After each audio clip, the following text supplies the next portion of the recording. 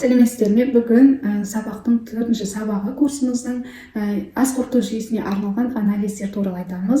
Ең бірінші өңешке арналған бұл жерде ФГДС, яғни зонд жұту арқылы біз өңештің шырышты қабатының саулығын көреміз.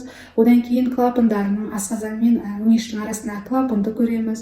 Және де асқазан мен өңештің шырышының дұрыс екенін көреміз. Яғни гастрит бар ма, өңеште герб бар ма, соны анықтай аламыз.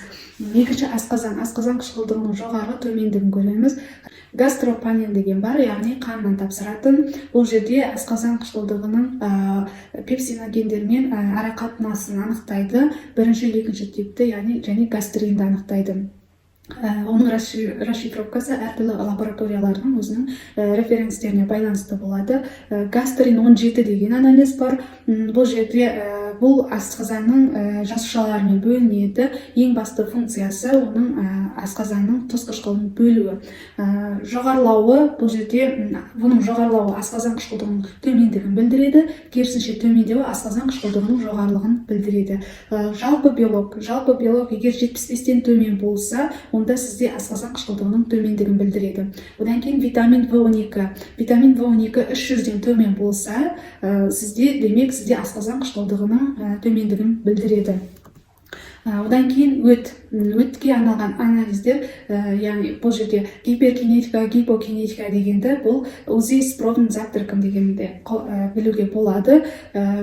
Оны қалай білеміз? Сіз бірінші УЗИға барғанда ашқанға түсесіз, қайтадан шығып, жұмыртқаның сарысын, не болмаса бір майды жейсіз, кез келген пайдалы майды жейсіз, қайтадан кіріп, қайтадан УЗИға түсесіз. Сол кезде уже өттің тамуын білуге болады. Гиперкинетика ма или гипокинетика ма? Одан кейін капрограмма арқылы. Егер де капрограммада сабын, бейтарап майлар шығатын болса, демек сізде өттің қызметі дұрыс емес деген сөз.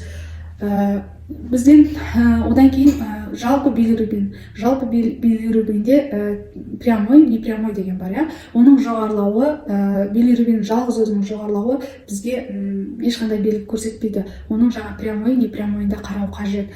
Оның жоғарылауы бізде өт тамуының бұзылысы, бауыр мен өт клеткаларының бұзылысынан болуы мүмкін. Одан кейін төмендеуі оның дефицит белка, яғни ағуыздың ағуыздың жетіспеушілігінен болуы мүмкін, темірдің жетіспеушілігі болуы мүмкін, немесе гемоглобиннің төмендеуінен осы билирубин төмен болады. Егер тікей емес билирубин, бұл жерде тікей емес билирубин біздің организмдегі токсиндердің шығуына байланысты бөлініп отырады. Егер сізде ол жоғары болса, демек сіздің организміңізде токсин жоғары деген сөз. Детоксикацияның екінші фазасының бұзылысы болып жатыр деген сөз. Бауыр ешқандай қызметті дұрыс жасап жатқан жоқ деген сөз. Одан кейін Жильбер синдромы. Бұл жерде де детоксикацияның екінші фазасының бұзылысы болады. Тіке билирубин дегеніміз, бұл жерде бұның жоғарылауы өттің тамуының бұзылысынан болады. Бұл жерде өтте спазм болады, болуы мүмкін, өтте тас болуы мүмкін, сладж болуы мүмкін, яғни өт жолдарының деформациясы болуы мүмкін, дұрыс емес орналасуы болуы мүмкін. Жалпы билирубин оптимум бізде 7-10 микромоль болу керек. Ал непрямой билирубин, тікей емес билирубин, бұл бізге 10 микромоль литрге дейін болу керек. Тікей билирубин 2-3 микромоль миллилитрге дейін болу керек. Микромоль литрге дейін болу керек. Одан кейін ГГТ. Бұл сізде застой желіш кезде, яғни өтіңіз қоюланған кезде бұл жоғарылап кетеді. Оның оптимумы 15-20 бірлік литрге. Бұның басқа маркерлерсіз жоғарылауы, яғни билирубин, холестерин, сілтілі фосфатаза, АЛТ, АСТсіз жоғарылауы застойдың белгісі. Олармен бірге жоғарылауы сізде уже интоксикацияның белгісі, яғни организмде токсиндер сыртқа шықпай, организмде интоксикация болып жатыр деген сөз. Немесе ішімдікті ұзақ уақыт пайдаланғаннан осы ГГТ да жоғарылап кетеді. Бұның төмендеуі сізде селеннің жетіспеушілігі, витамин Е-нің жетіспеушілігі және бауырдың функциясының төмендеуінен болады. Екінші ұйқы безі. Ұйқы безінің ферменттерінің жетіспеушілігі. Бұл капрограмма арқылы көреміз. Капрограммада егер сізде крахмал, ядофильді флора шығатын болса, онда сізде уже ұйқы безі дұрыс емес деген сөз. ұйқы безінің арна өзінің ферменттері амилаза, липаза. Амилаза көмірсуларды жаңағы сіңірілсе, қорытатын болса, липаза бұл майларды қорытуға арналған фермент. Амилазаның оптимум 28-100 бірлік литрге, бұның жоғарлауы 6-10 есе жоғарласа, бізде уже ұйқы безінде острый воспаление деген сөз, тым өткір қабыну болып жатыр деген сөз. Бұл жерде острый панкреатит болады. Егер де нормально одан шамалы жоғарылайтын болса, 1-5 есе жоғарылайтын болса, бұл жерде ұйқы безінің жаңа хронический воспалениесі болады. Ол кезде және де өт жолдарының қабынуы болуы мүмкін. Яғни көріп тұрсыздар, өт пен ұйқы безі бір-бірімен өте тығыз байланысты. Егер де бұның төмендеуі болса, онда ұйқы безінің жұмысының функциясының төмендеуі ұйқы безінің клеткаларының өліп жатқанынан болады, және де гепатиттен төмендейді. Липазаның оптимумы 16-60 международный единица деп атайды. Бұның жоғарылауы ұйқы безінің қабынуынан болады, және де ұйқы безінің протоктарының жабылып бітелуінен болады. Өткелетін протоктары болады, соның бітелуі болып саналады. Ал төмендеуі ұйқы безінің функциясының төмендеуі. Жіңішкешек бір кезде водородный дыхательный тест жасалады, яғни тыныс алу тесті жасалады. Бұл кезде жаңағы мен жоғарыда үшінші сабақта айтылған тест, экспресс тесті де жасауға болады. Осы тесті де жасауға болады. Оны мен гайд түрінде берем, сол жерден көресіздер. Екінші шырышның бұзылуы фекальный калпротектин деген кал тапсырыстар анализ. Бұл жерде шектің шырышының жағдайын көрсетеді бұл кезде. Бұның 130-дан жоғарылауы, 130 микрограммнан жоғарылауы бұл шектің уже қабыну процесінің ауруы болып табылады. Одан кейін колоноскопия кровь деген бар, өте оңай, өте арзан анализ, жасырын қанға анықтау. Егер де сізде жасырын қан колоноскопия кровьта жаңағы положительный шығатын болса, демек сіздің ішегіңізде уже не бар деген сөз, ішегіңізде қабыну бар, немесе құрт бар деген сөз. Глистный инвазия болып жатыр деген сөз. Тоқшекте дисбиоз. Дисбиоз кезде анализ колонодисбактериоз деген болады. Дисбактериозға қал тапсырасыз. Сол жерден оценкасын бағалауға болады. Бұл жерде микробиомның бұзылысын не көрсетеді? Лакто немесе бифидобактериялардың санының төмендеуі болады. Одан кейін энтеробактериялардың, кластридалардың жоғарылауы көрсетілуі мүмкін. Не болмаса патогенді флоралардың пайда болуы, яғни стафилококк, сальмонелланың пайда болуы мүмкін.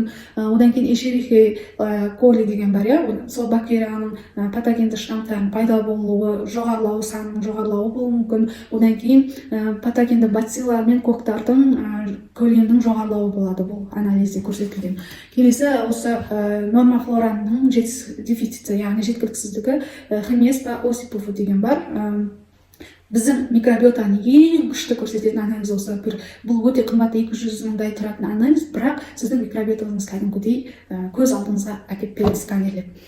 Бұл жерде егер қан тапсырсаңыз, тоқ шекті де, жіңішке шекті де көресіз. Ал кал тапсырсаңыз, тек тоқ шегіңізді көре аласыз да.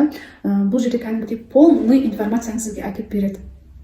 Бактериальный, грибковый, вирусный нагрузкаларды көрсетеді.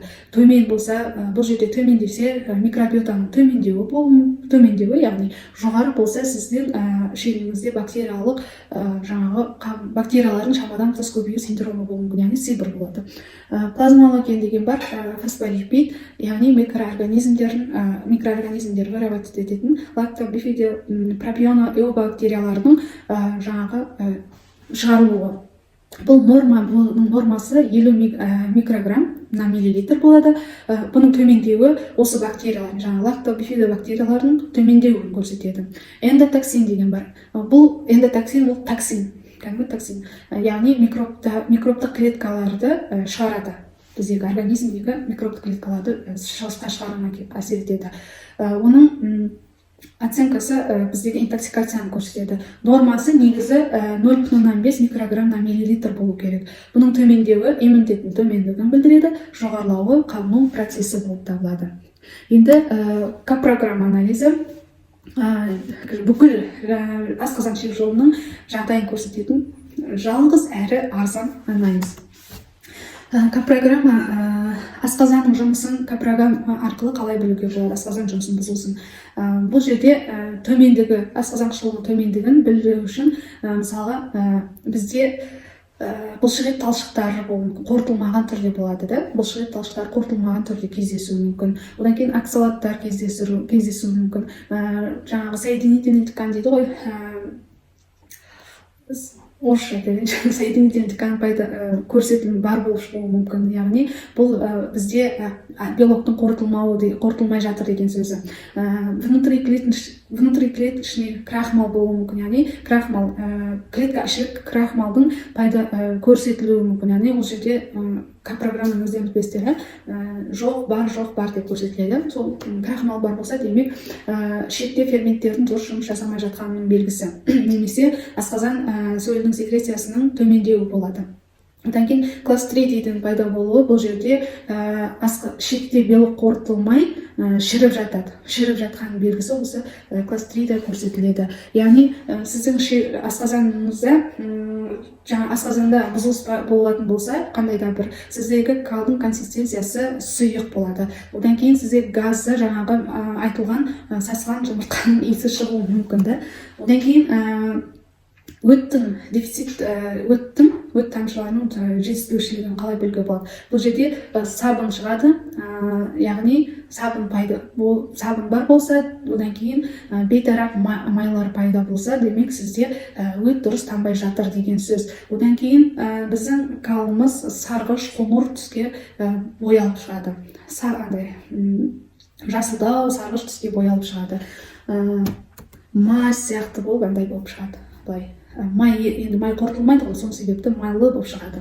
Одан кейін ұйқы безінің жұмысының бұзылуы, бұл жерде ферменттердің бұзылысы болады, яғни клетка ішілік крахмал көрсетіледі, ядофильді флора пайда болады. Одан кейін бұлшықет талшықтары қорытылған түрде шығады.